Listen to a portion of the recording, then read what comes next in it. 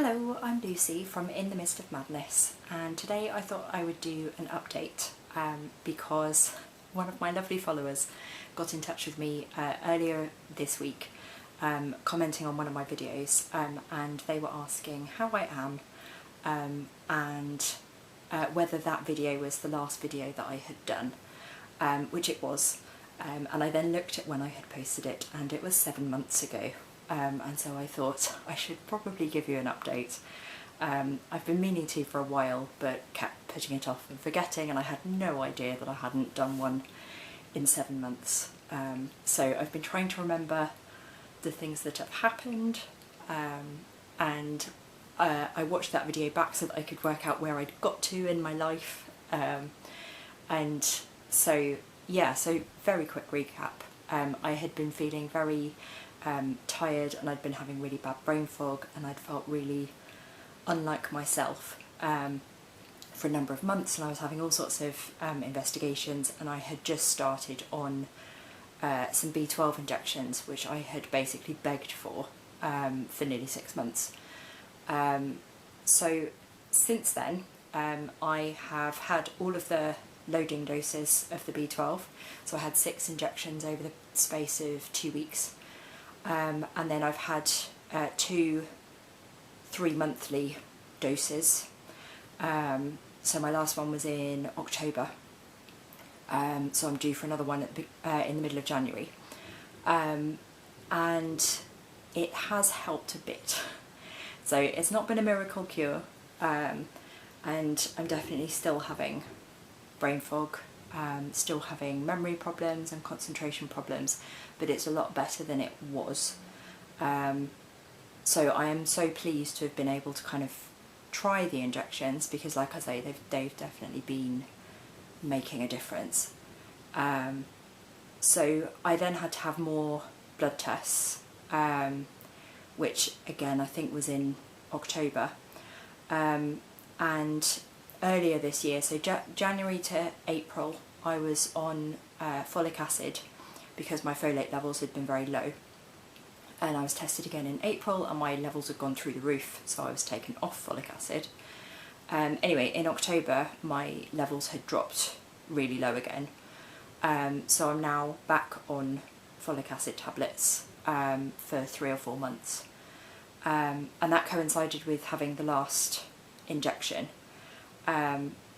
And I definitely feel like I've had a bit more of a kind of boost in energy and a bit more sort of, I guess, like clarity in thought, which is a really welcome change because when I have brain fog it feels like you're thinking through a fog. It like nothing is very clear, it's very difficult to sort of grasp things and find words and explain things, and like often I can picture something but I can't get the words out to describe the thing that I'm asking for or telling someone about, and it makes it really difficult to concentrate, and yeah, it's been a bit of a nightmare. So, and I just didn't feel like myself, so yeah, I was really struggling with that. So it was really nice when I started these other tablets and started to feel a bit more well. And the doctor also said that I should be taking vitamin D tablets because I don't get outside very much, and apparently like 50% of the world's population is low in vitamin D. So I've got no idea what my levels are because they only test if you might be very ill with it in the UK. But I started those at the same time as the folic acid, and yeah, something seems to have kind of shifted something a bit.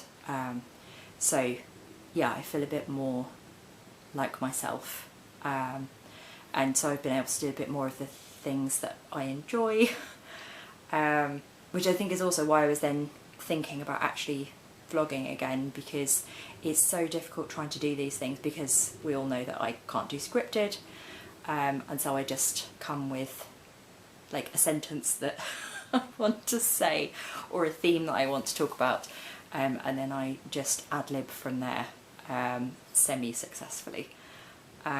but that's really difficult to do when your brain fog is really bad, because I can't be very coherent and I don't remember things. And like, I definitely noticed watching my last video back how much I was struggling to remember the order of events and what had happened when, and what happened at the same time as things, and then what came before and what came after, which I think I'm finding a bit less difficult, albeit part of that is because less is happening. At the time there was so much medical stuff going on that it was really, really difficult to keep up with, and it's a bit less difficult to keep up with now because there's not very much going on. Like, I'm on the B12 injections for a year, and then they're going to reassess me, and I'm on vitamin D pretty much for life, apparently.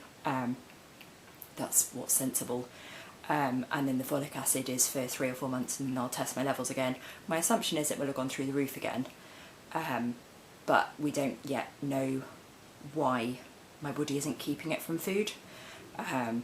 So I'm assuming I'm going to need further investigations down the line, but I'm just kind of leaving that alone for the minute. I'm just pleased that, despite the fact that it's winter and I often end up with less energy and less focus in the winter, that I'm actually not doing too badly yet. And for mid-December, that's pretty good. It's been wintry sort of on and off since October, so I think I'm doing quite well. So yeah, that's been really nice. Just over a year ago I was referred to rheumatology. I'm still on that waiting list, and in April, so 8 months ago, I was referred to neurology, and I had a message through again the other day asking if my symptoms have remained and whether I still want that place on the waiting list. So I confirmed that yes I do, but there's no update on when I might get seen. So I'm assuming 2025 is my year, but you just don't know. I was told in April by the doctors that neurology was a 40-week wait, but I was told by the waiting list team that it's a 70-week wait. So I don't know when in 2025, or if in 2025 I might get seen, but hopefully I might finally get some investigating done, and find out what's going on with my body and why it's not doing the things it's meant to do, and why I'm feeling different from normal for me, which isn't normal for anybody else, but it's even for me this is not normal. So yeah, hopefully I might get some answers, but it is quite a struggle being on these waiting lists and just having no idea when you might get a letter through the door or a notification on one of the apps saying it's your turn, because you don't actually get very much notice. So you just get put on these waiting lists and you just wait and wait and wait and wait and wait, and then suddenly in 2 or 3 weeks you'll get seen. So yes, I find that quite stressful. But in terms of like the rest of the last 7 months, I have had a bit more energy, which has been really, really nice. So like I say, I've been able to do a bit more of the things that I enjoy. I've been able to concentrate a bit better. So for the last year I have been learning to knit, and so I've made various knitted things, and I had to stop that for a while because I got quite poorly, but I've been doing that again recently, and I picked up crochet again for the first time in quite a while, and I made a friend a baby blanket, which was very well received, and I'm trying to make myself my first ever jumper. This is jumper number 3 that I'm attempting, and it's the 4th attempt at a jumper that, because one of them had 2 attempts and I've got to pull that apart because it doesn't fit. But I'm hoping that this new version will actually end up being a garment that goes on me and fits and doesn't look like a sack, or that it's been made for a child. So yeah, fingers crossed. I'm really hoping that I will be able to actually make something to wear finally. I've been crocheting for nearly 11 years, and I've never made something to fit. I made a hat, but it's huge. I can wear another hat under it. So yeah, that's and once that was not the right gauge, I decided I wasn't going to make anything to try and fit because it was just going to be sack-like. So I mainly made animals and things like that, and cuddly toys and stuff, and blankets because they don't need to fit. So I was quite good at those. But yeah, I'm really pleased to be able to kind of get back into doing the sort of more challenging aspects of some of my hobbies. So I've been doing that. I have also been doing quite a lot of lived experience work. I say quite a lot. Like I'm involved in a lot of projects. It's very, very few hours. So like in any given week, I may have like one meeting that would be like 2.5 hours. But it just sounds like a lot when I talk about it because it's lots of different projects and different bits of work. But like it's not really even like a part-time job. It's hardly any hours. But it is something that I really, really enjoy. So I've been doing work mostly with Samaritans for just over 2.5 years, and I've done all sorts. And yeah, I'm really, really enjoying it, and it's really nice meeting other people, and being able to do all of this completely online, completely from home. There are so few opportunities that you can do from beginning to end at home, which obviously as an agoraphobic is what I need. And so yeah, it's been really, really nice being part of these projects, and it's really helped my confidence. Like I really felt like I was taking a huge chance when I first applied for the first project that I joined, and that really built my confidence. But like when I look now at the things that I'm involved in and the things that I put myself forwards for, compared to then, it's such a difference, and it's only really in looking back that you realise how far you've come. You kind of don't notice when you're on that journey, you don't notice each day that you sort of become a bit braver or more confident or more sure of yourself. But now when I look back, I just think, gosh, this is a lot more than I was doing. So that's been really nice, and that was one of the frustrations when I was feeling so ill at the end of last year and the beginning of this year, because it was really starting to affect my work, and I was on fewer projects then, and I was thinking I was going to have to stop because I just couldn't concentrate. And like we have to read documents and give feedback, and like we'd be given a week or two to do that, to do like an hour, maybe 2 hours work, and I wouldn't be able to do it, or would feel like I wasn't going to be able to. Like generally I was able, like I've never not done my work, but it was becoming such a struggle, and I also suffer from migraines at least once a fortnight, and they were getting really quite bad. Like I was getting auras where I would lose a third of my vision for over an hour, with painkillers, and then the after effects would last for days, and thankfully the B12 injections seem to have really calmed those down, because I was starting to get them weekly, and I'd be getting them for like 3 or 4 days at a time. So like the migraine headache wouldn't last that long, but I'd have like a throbbing head. If I put my head below my heart, or if I coughed, it would throb, and I was getting brain fog, and visual disturbance. So it was really, really affecting me. And then I'd be really anxious about getting migraines at times when I couldn't rearrange things. Like I can't rearrange work meetings. Like it's a group of like maybe 15 of us. I can't just go, oh sorry everyone, could we just push this by 4 days?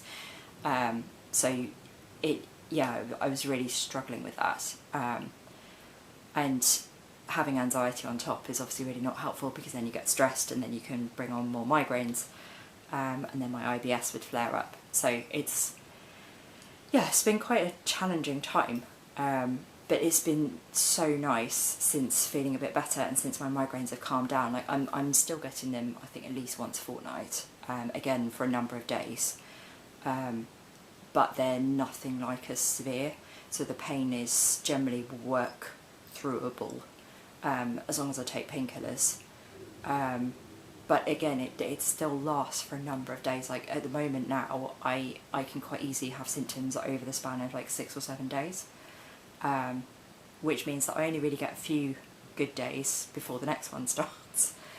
So I'm by no means like fine or cured or, I was going to say back to normal. Normal for me, normal doesn't really exist for me. But even for me, like I said earlier, this is unusual, and it's quite a lot to try and keep up with, especially as my work schedule changes because projects start and projects end. So it's quite a lot of like interviewing for things and sending in applications, see, the other way around, and waiting on outcomes, and then lots of emails and dealing with contracts. And again, that is all incredibly difficult to do when you have really bad brain fog. And I have noticed that much as my migraines are much milder now, I am definitely getting more brain fog with the migraines. Like at the moment, I would say that's probably the worst symptom that I get, which is a huge improvement on pain, but it's still not much fun. However, I do love the work and it really, really lights me up, and it's just been so nice to have like a purpose and a bigger thing to be part of, because like I've been blogging for over 10 years and vlogging for I don't know how long, but maybe 6 or 7 years, very intermittently. But that only reaches a few people, whereas like working with a national charity to work on suicide prevention strategies is so big and important, and it matters so much to me. And yeah, it like whenever I have a meeting, I always come out absolutely buzzing. I say come out like I have my meetings here in my lounge, but I always finish them and I'm absolutely buzzing and my mind's racing, and like I struggle to sleep most nights if I've had a meeting, because it just sets my brain on fire. But that's really good for me, because it often feels like I'm just sort of rotting, and like my mind is rotting, and so it's really nice to be able to do something that lights me up, and that uses my brain, and that I can have all these ideas and share them with other people, and we can bounce off each other and make something that's so much bigger than any of us on our own. So yeah, that's been really, really good for me, and I've been quite ambitious in the things that I've applied for, and then as soon as I have like a bad time of it, like with migraines and stuff, I then think, oh gosh, I've taken on too much, and the anxiety spirals, but I'm hoping that I've taken on the right amount. At the moment I don't want to take on more, and I'm waiting to hear back about a project that I applied for a few weeks ago. But yeah, I think I'm doing the right amount, I hope. I don't think I've taken on enough that it's going to make me worse, and I'm hoping that it's manageable. As long as my symptoms stay as they are, then it should hopefully be manageable. So yeah, I'm not really sure that I've been doing anything else. Like a lot of my time is taken up with kind of managing my conditions, which is so boring. And like I started writing a blog post about this last year, and I'm really annoyed because like I'm not very good at writing, so like I'm not a natural writer. I will just much as I do when I vlog, I will just sort of spew thoughts onto the page, or through my fingers because I type, and then that feeling will just pass. And if the blog post isn't finished, then it's not finished, and it just sits there. I save it and I think, oh, I'll come back to that. And I keep going back to this post because I'm really pleased with what I've written, but it literally stops dead. And it's got a couple of paragraphs that are a sentence each, because I've had a thought and I've written it, and then I've had another thought which is a totally different paragraph, and then I've written at length about that. But it means it's not really able to, like, it doesn't have a beginning, a middle and an end at all. It is just a stream of consciousness and like random thoughts, and then back to the main topic again. And every time I go back to it to try and finish it, I just cannot for the life of me think how to make it make sense, and make it not be unbelievably jarring to read. Because like I told my mum about this ages ago, and she said, "Oh, send it to me and I'll read it," because I bet it's not that bad. I bet you could just post it. Anyway, she messaged me back. She was like, "No, you're right. It absolutely stops dead," because she hadn't realised that she'd scrolled to the bottom, and it literally just stops. There's no kind of summing up or concluding, or I don't think the paragraph even ends. It just stops, because that's where my thoughts ran out. And so, yeah, she didn't really know how I could work it out.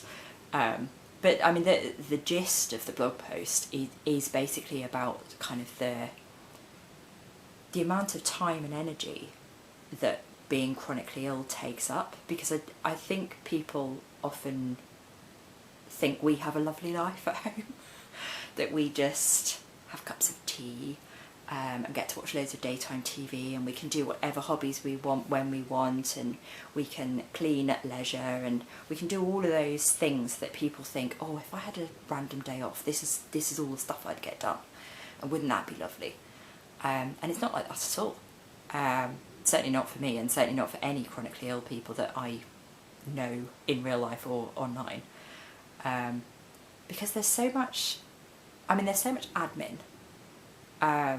Like there's so much organising doctor's appointments, chasing things up, making sure that you have actually been referred to the places that you've been told you've been referred to, getting prescriptions, making sure that you've got the right medication, making sure that you get blood tests when you need them, chasing up those results because no one will contact you about those, making sure that you're prescribed the right medication, because I've had instances in the past where they've tried to prescribe me a completely different thing from the thing that I need. We still don't know why I'm deficient in B12 and folate, because they never did the proper tests, and now I'm being supplemented. You can't do the proper tests, and no one's worked out what we're doing about that. I'm just glad I'm being treated and feeling a bit better. But there's so, like, you have to become an expert, and there's nothing joined up, and so you go to the doctors about one thing and they don't look at anything else. And so I've got all these kind of suspected conditions, but I'd have to go to specialists, and they all interact. And so, like, I think I sort of explain it quite well in this half a blog post. But I say in there about the fact that you kind of, you get used to your own normal with chronic illness. But then as soon as something else happens, like as soon as a life circumstance changes, or you get a new condition or a new symptom, or your baseline shifts, everything has to be rejigged again. And the problem is a lot of the time we have conditions that conflict, and so what you would do to help one condition will actively make another condition that you have worse. And it's also really difficult because I think, like, whoever it was that said we all have the same 24 hours in a day, I think almost every chronically ill person would happily batter, because it's not true. Like, yes, we're all on the same clock, like we all have literally 24 hours because we're all travelling through time and space at roughly the same speed. But in terms of usable hours, it's totally different. And I have never worked out how many usable hours I have, nor do I want to, because it's depressingly few. But like, when I look at what my partner can do, he can work full time and commute an hour each way to work, and then he will go shopping, he will do all of our meals, like he will cook from scratch, he can still go to the dentist, go to the opticians, do all the normal stuff, and work full time and just live a regular life. And I can't. And I don't have a job. And like I say, I work like a handful of hours a week max. And trying to fit in everything that I need to do, and that's with a partner who feeds me. Like, I don't know what state I'd be in if I didn't have him, but it would not be a good one at all. But even with his support and me not having to go food shopping, me not having to cook, it's still really, well, it's literally impossible for me to do all the things that I need to do. And that's really, really difficult to explain to people, because there's so much like, why don't you just do this? And it's like, because I have a finite amount of time and energy and willpower. And so that's often maxed out. So as soon as I add something in, something else drops off. And you have to pick and choose. And so like on bad days, I might choose to shower, but I don't have the energy to get dressed. And showering's better than not. But then I don't like just getting straight back into my dressing gown and my pyjamas and stuff. But putting on clothes means I have to get out of clothes again later. And sometimes I don't have the energy for that. And sometimes I don't have the energy to do any of that. And it's things like, I might deal with emails, but then I can't crochet. Or I might cook myself something, but then I won't have the energy to do the exercises I'm meant to do for my neck. And it is so small, the amount of time and energy. Like, I have literally worked up all day to doing this. And I've desperately tried to do this early because I know I need to wash up. And today's actually a pretty good day. Like, I'm clean, I'm washed, I'm dressed. But like, it's a lot for me to be doing. I'm sure I was doing something earlier as well, but I've forgotten what that was. But I did something earlier, and then to do a vlog, I need to upload that and make sure that I've got all of the stuff in it that I need in it, because I forget, because it's been so long since I last did it. And then I need to wash up, which physically really, really drains me. And I've showered and got dressed. And I don't like talking about that, because like, that's a pitiful amount of stuff to have done, when like my partner did that kind of amount of stuff before he went to work today, and he's still at work and he doesn't finish until 1 AM, and then he's got to drive an hour home, and he's been doing that every day this week. And it just, but then people are like, why don't you just do this, why don't you just do that? It's like, because I don't have the time, the energy, the ability, the capacity to do those things. And there's so much guilt. Like, there are so many things that I want to do, there are so many things that I research and find out about and that I want to try, but they all require time and energy and willpower, and it absolutely means, if I sign up for that, unsigning up for something else. And yeah, this has just sort of turned into a bit of a rambling mess, which is no great surprise. And at some point I really hope that I can sort out that blog post, because I was really pleased with it, but it definitely needs some more middle and some end to make more sense. But yeah, mostly I just wanted to update you and just say hi, and that I haven't disappeared and that I am okay. And yeah, I guess try and sort of get back into the habit of doing this. Obviously I never really get into a habit of it. Habits are really difficult when you're chronically ill. Like, doing my teeth is enough of a habit for me most of the time, genuinely. But yeah, I just wanted to say hi and update you on where I'm at, and hopefully there'll be updates in the new year of these appointments I'm having and all of those things.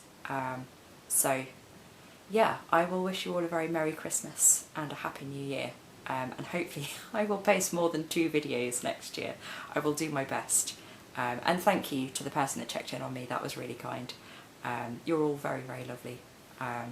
So yeah, do give this video a thumbs up and subscribe to the channel. I'm just about remembering the lingo. And leave me a comment, and I will do my best to get back to you.